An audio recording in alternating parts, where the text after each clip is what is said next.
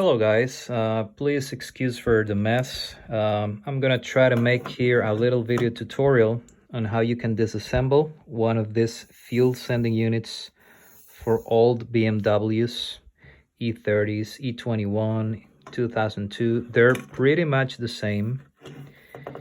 The internals are the same. I have disassembled several of these and the internals are the same. The only differences are the fuel filters and the lengths of the units. All right, okay, so I'm gonna take this one as demonstration, and what you will need are simple tools. As you can see here, I already removed the filter. In order to do so, you can take an X-Acto knife, all right, and give it a little pull, which is what I just did here.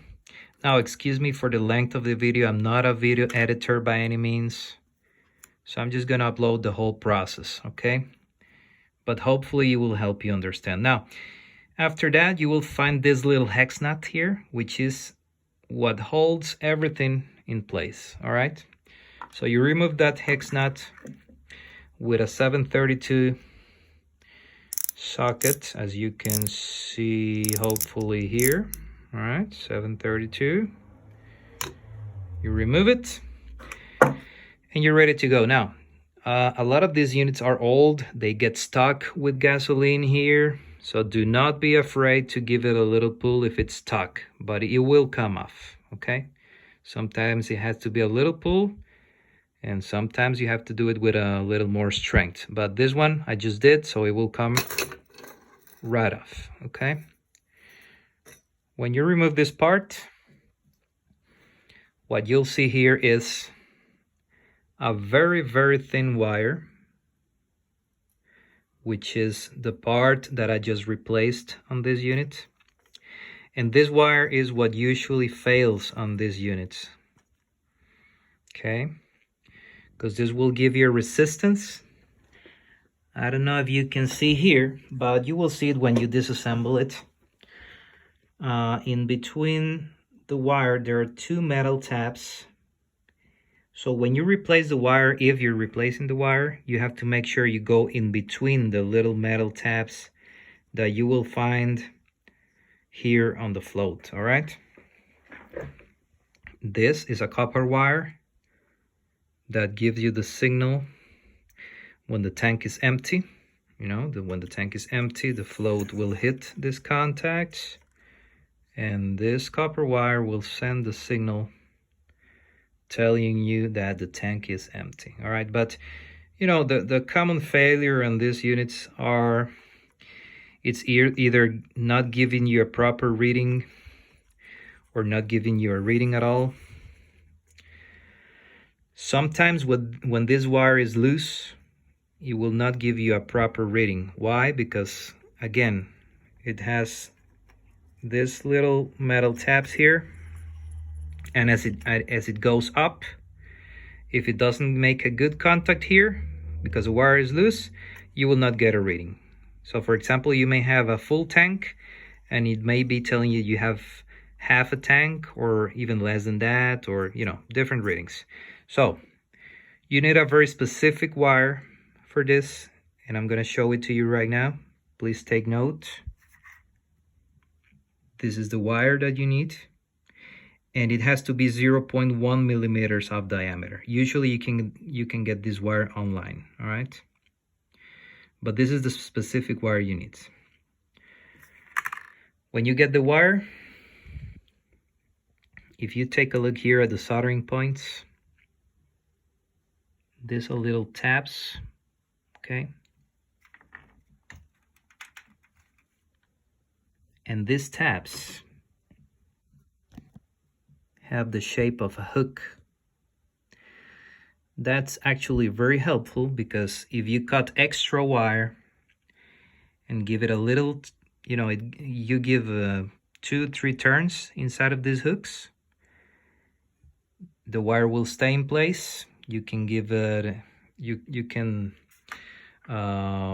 position the wire, make it tensile enough, and then you can apply the solder, okay? As you can see here, there's a specific turn. I don't know if you can see it, but I advise you to take pictures of it so you can remember the specific turns. It has to go inside of these grooves that you see here on the sides, inside of the grooves, and then behind this tab here, and straight to this metal tabs. Okay, make sure you don't bend these tabs up, because if you bend them up too much, you will have a loose wire again, all right, and that will be no good. Okay, so that's basically it. You take the wire carefully, make this turn, take 2-3 turns here inside of the hooks, apply the solder, all right. And in the process, now that you have it disassembled, you can give these tabs a little clean with a little metal brush like this one. Of course, you do it before you solder the new wire, but you give it a little brush there, here in the contacts. Okay. And then put it back together. Same process. Same process. You disassemble it, you do it in reverse. All right. Another common failure is this one. It will get stuck here. So sometimes you will notice it will take some effort for the float to go back up, and that's because this tab, I don't know if you can see it there, but this tab that you see here gets trapped or stuck in these nuts, these little metal nuts that you see there. It will get stuck there. So what I did with this one is I took a file,